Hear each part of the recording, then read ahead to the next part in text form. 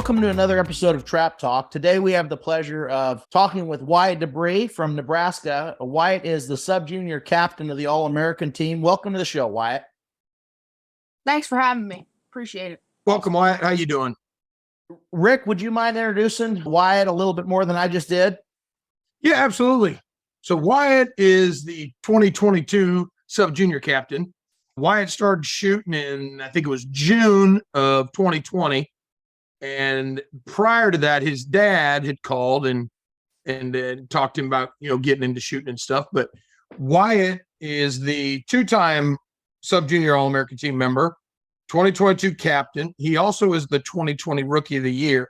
Wyatt also just shot 20,100 targets last year.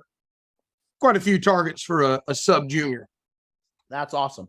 Well, Wyatt, one thing we wanted to ask you is, being as you're the ATA Rookie of the Year, did you know about that when you started shooting? Was that a goal of yours, or was that something that just happened? Yeah, it was definitely a goal from when I first got started. I definitely wanted to push myself. It was either all in or all out, and I wanted to push myself to be Rookie of the Year. And at the end of the year, I missed the All-American team by 6 points for sub-junior my first year with only those 3 months. Yeah, and then I filled out the forms for the Rookie of the Year, and they called and told me I won and got me in the magazine and everything. So it was a really cool experience. Now, I got to watch you shoot a lot, and I know Ricky watched you shoot a lot and coached along the way. Tell the listeners what it's like to go from day one starting to being Rookie of the Year and like transition, because I know you got a lot of yardage that year. You were getting a lot of punches. I told Mom I wanted to shoot trap as baseball season got canceled. So Dad took me out to the range. I broke 15 on my first 25 I ever shot. And then Dad worked with me, Rick worked with me. You've obviously helped me a lot. Not so much in the first year, but in the years after. And it got me to be the shooter I am now. So a little backstory. Wyatt's dad, Justin Debrie, and I shot against each other in high school. And so then I think it was a year or two after high school, we shot some ATA and stuff. And then he just disappeared because he had to go to work. So he started, he was farming, of course, and then started his trucking company. And then he had been off the map for quite a few years, since I guess 94, maybe 93. Then he just came back in that 2020 and started shooting. So it was good. He wanted to bring his son along.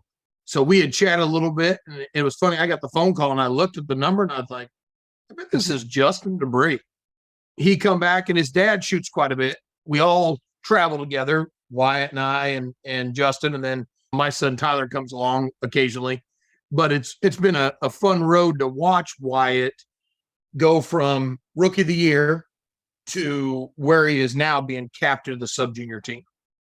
Yeah, and I remember this year you broke your first 200 at the Grand, correct? Yes. And my first 100 in singles was this year at the Grand. Do you know how many hundreds in singles you've got now? Ooh. Close to 50. Okay, 50. And I know you've broke hundreds in doubles. Do you know how many of those you've got roughly? I got 8 in doubles. 8 in doubles. And how many of those hundreds did you break at the Grand? You had 300s in the doubles at the Grand, correct? 3 in the... 2 in the prelims and 1 in the main, right? And I broke 100 in the AIM Grand as well. Oh, that's right. Okay. So you had 4. That was it. So really, and just listening, you started out a little slow, Rookie of the Year, and then last year, 21,000 targets roughly. What's that like, juggling school, shooting that high amount of targets? Do you feel the pressure from it? And how do you mentally cope with that stuff as a young shooter coming up? It's definitely difficult. My principal has been really lenient. He helps me. He lets me get my work done when I get back. It normally doesn't take too long. I just go in whenever I need to get my work done. Most of the shooting's done in the summer. I was only home for 2 weeks the whole summer, this past summer. And it's a push, but it gets me where I need to be. Do you love shooting all summer long, or do you feel like sometimes you would rather have a little bit of a break? I prefer I'd rather shoot the four weeks in a row than 1 week off, just keep going. As long as there's Remington shells in the Krieghoff and dad's pulling the trailer, you're just going and banging everywhere you go. Most definitely. Okay. So on your style, you're a left-handed shooter, correct? Yes, sir. So left-handed, 2 eyes open, 1 eye? 2 eyes. 2 eyes. So tell the listeners your process from, when you step into the post until you pull for the target, and let us know, where are you holding your gun? What are you doing to the target? And is there variations and change between your singles, handicap, and doubles? So when I'm shooting, I listen to music when I shoot. So that's a big part. It helps me stay focused. I'm not worried about listening to other people's targets, listening if they hit it or miss. I'm just kind of zoning into my own zone. And I shoot on post 3, even up with the trap house, 4 on the corner, 5 I hold outside, and then 1 outside, 2 on the corner of the trap house. Going from singles back to handicap, it really depends on the wind for me. If we have a strong headwind, I'm going to raise my hold point. If the wind's on my back, I'm going to lower it. But the only thing that really changes is in handicap, I don't move as far. It's more of a quick movement because I don't have to move as far being further back. Talking about handicap, Wyatt. So at the Grand, out of the prelims and the main Grand, you never had a score lower than 91. Yes. And that was in the main Grand. You had a 91, a 92, a 93, and a 94, if I remember correctly, in the main Grand. Then the prelims, though, I think your lowest was like 94. So, you shot roughly now what'd you have in the AIM Grand handicap? Do you remember? I think I had a 91. Okay, so basically 1,000 handicap targets at Sparta.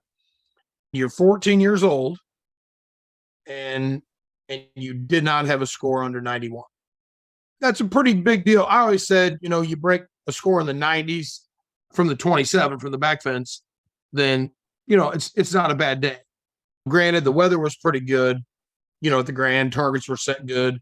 There was quite a few high scores, but you shot very well handicap, and you shot well through the whole Grand.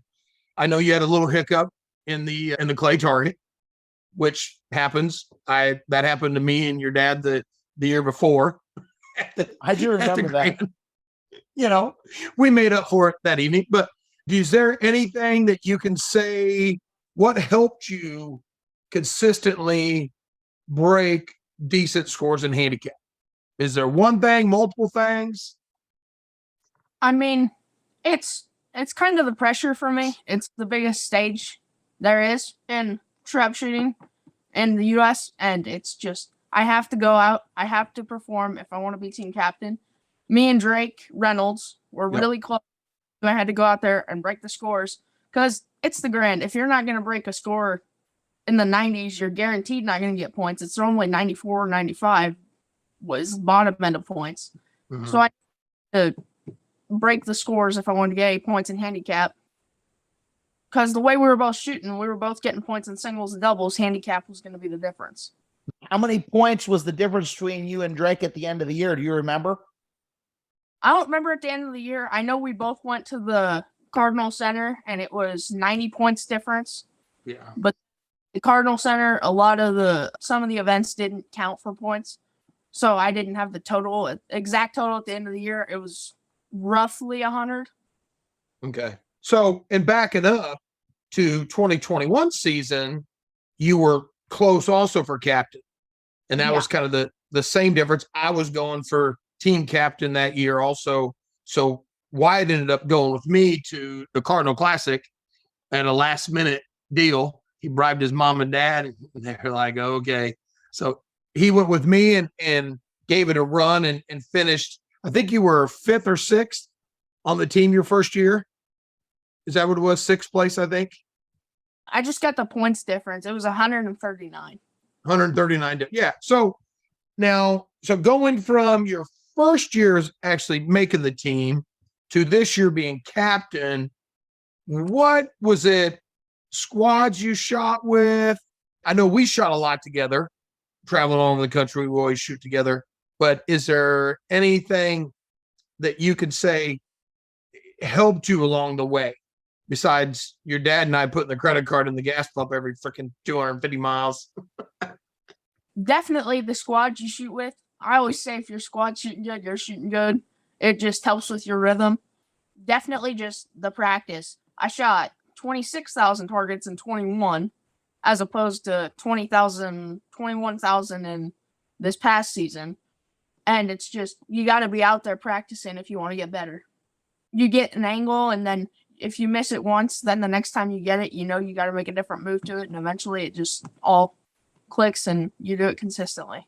Where do you normally practice at if you're sticking around home in Gibbon, Nebraska? I practice at Crooked Creek Gun Club in Aurora or Jeff Murs. Okay. Those are the only two. You don't shoot anywhere else? I shoot conference practice at Minden, and then when I come shoot at Lincoln Trap and Ski. And Wyatt does shoot some other games. He's come down and shot some 5-stand and some flyers and stuff. So now, what are your goals for next year? Do you have goals planned out yet? I definitely want to be in that shoot off for the Grand Ring in doubles and singles and potentially handicap. That's my biggest goal in the season is get to the point where I'm close to win a Grand Ring or win a Grand Ring.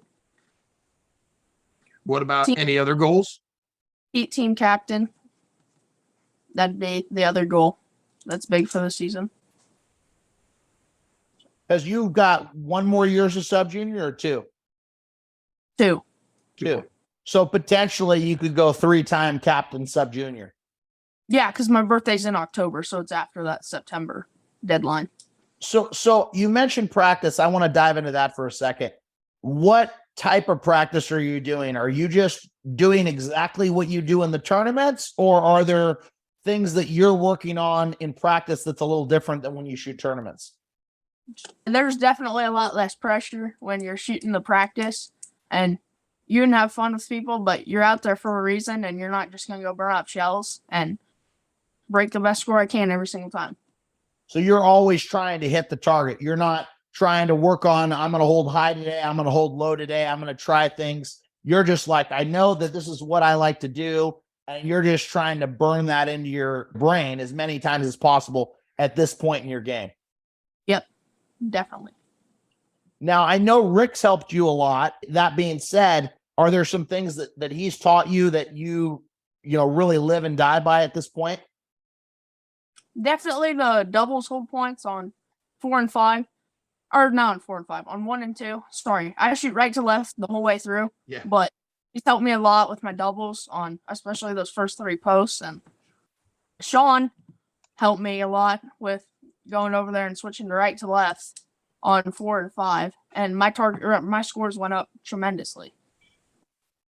So you shoot them right to left every single time in doubles? Mm-hmm. On all the posts. So what made you change that, and why do you think it works so well for you? I'd say being left-handed helps, but it's pushing into my face on that first target, so I really get into that first target, and then it's released, so I'm releasing back away from my body, and then I'm moving back down into that left target. Now, Wyatt, is there any shoots that you want to go to this year different than the normal routine that you go to? We were talking about going to Arizona instead of Florida this year for the state shoot instead of the Southern Grand. And then we also talked about maybe going to the Kentucky state shoot instead of Kansas. Kansas is a shoot we always love to go to, but we've never been to Kentucky, and a lot of people say it's really good, so we wanted to try and shoot there. Keith Ditto country. Bourbon country, Zach. Bourbon country. Yeah, it's Kentucky. I've been to Kentucky. Great place to shoot. They throw great targets. I've only been there 1 year. Arizona State shoot. Yeah, we've never shot that shoot. So hopefully looking forward to going there. Now, going into, you shoot junior high, not a high school. So you only get to shoot singles in the conferences in Nebraska. Were you first last year for junior high? For my Yeah, conference you were first. What about the state shoot? I was sixth. Sixth. Okay. And there's roughly, what was there? 1,000 kids, I think. I think roughly that. So the Nebraska youth program is huge. And that's where a lot of these kids grew up shooting. That's where I did, Justin did. So Wyatt's following in his dad's footsteps doing that. Now, do you have any goals for the state shoot this year, for the high school state shoot? I definitely want to break 100, getting that shoot off. I want to win the state shoot. Be another thing to put on the accomplishment list. It's something I haven't done yet. So that'd be really cool to do as a junior still. When are you going to start practicing? Well, other than the year-round usual stuff, I think our team starts practicing in soon and be end of January, start of February. One thing I wanted to ask you is, being on a team, I know trap is a pretty individual sport. I was on a team back in college, and that changed the dynamic for me. Do you feel differently when you're competing as a team versus when you're just going out there and competing on your own? Or do you just try to focus on your own thing? Not at all. I just stay focused to myself. If the team wins the award, that's a cool side bonus, but I go out there to win individual awards every week. You're just focusing on your own bird every single time, and then from there, whatever comes out of it comes out of it. Mm-hmm. Now, I know you handle yourself very well for a young man, and you've got a lot of poise out there on the line. Are there things that you think you're doing that are helping you step to the next level in the game, or are there tips that you would tell younger shooters to avoid in order to achieve higher scores? Definitely the feet placement is a big part of it. I know when I start moving away from my fundamentals and start feet, it affects my handicaps dramatically. Singles, I can still kind of shoot at an angle, but once I fix it, then it's back to those higher scores, 98s, 99s, 100s, stuff like that. So definitely make sure your feet position's right for what suits you, and your handness would be the biggest thing for me. Where you're putting your hands on the front forearm, so to control speed. So further forward, the gun's going a little bit slower, a little bit back, you get a little bit more gun speed.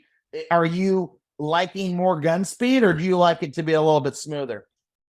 So definitely with your hand placement, I put my hand all the way at the end of the forearm, and I kind of wait, make sure I know exactly where the target's going, and then push through that target. You're coming through that target with all of your energy, trying not to stop the gun at any level. And you've got really good gun control and really good trigger control, as we've talked about before with other speakers.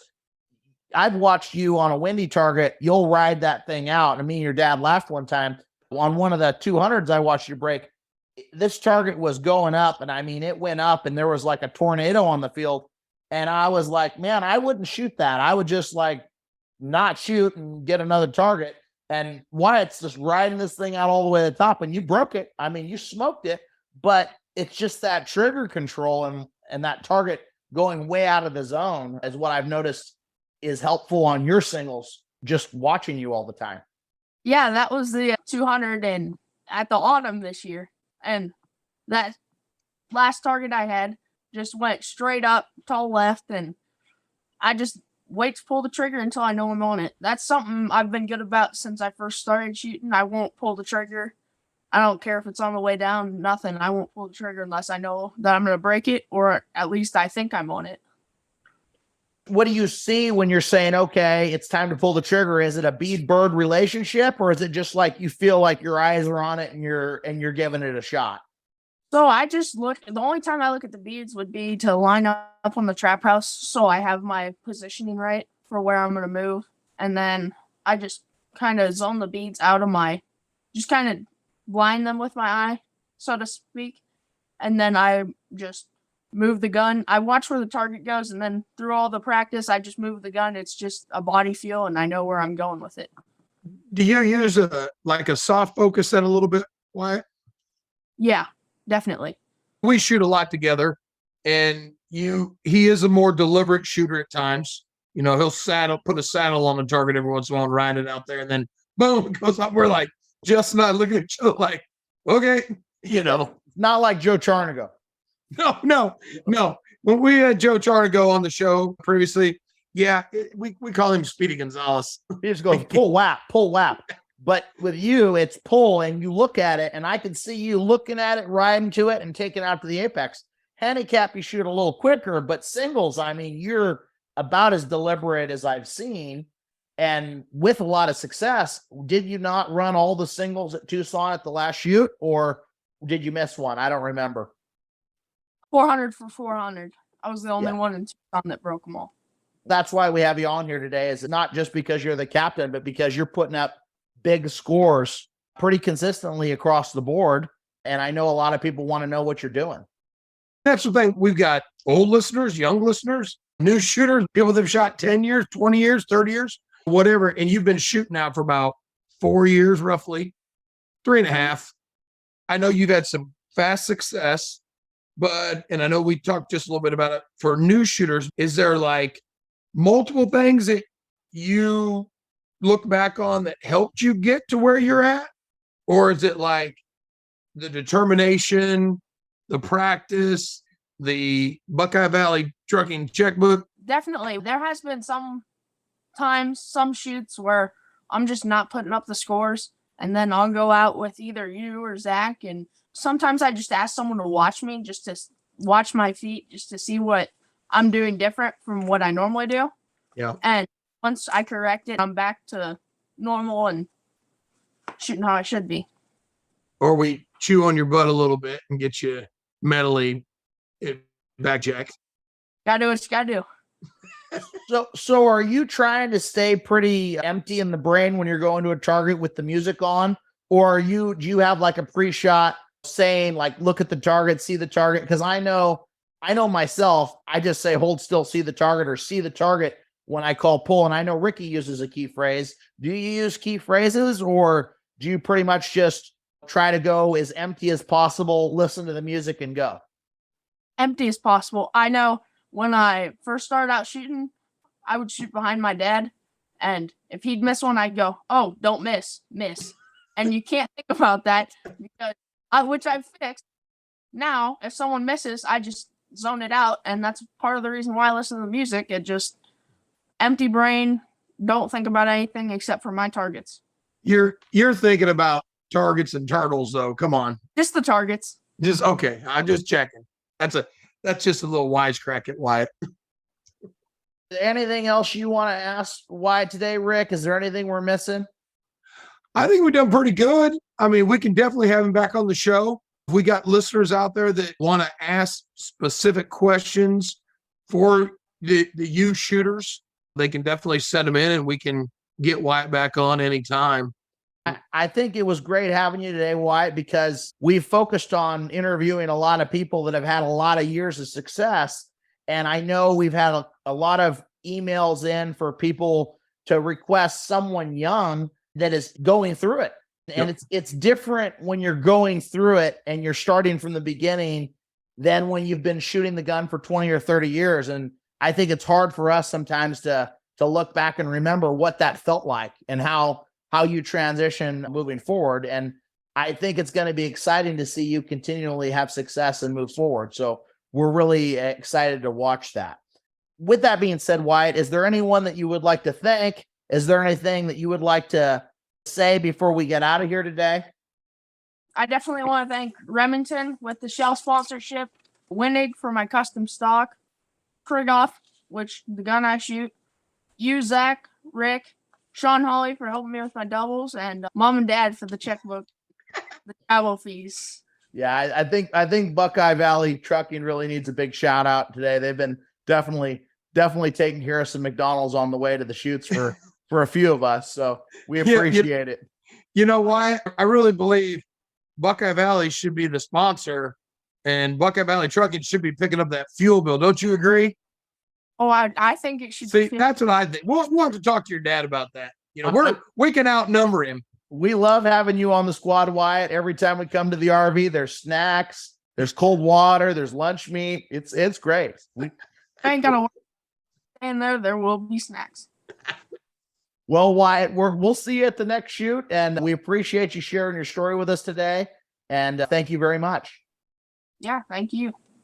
Thanks for having me.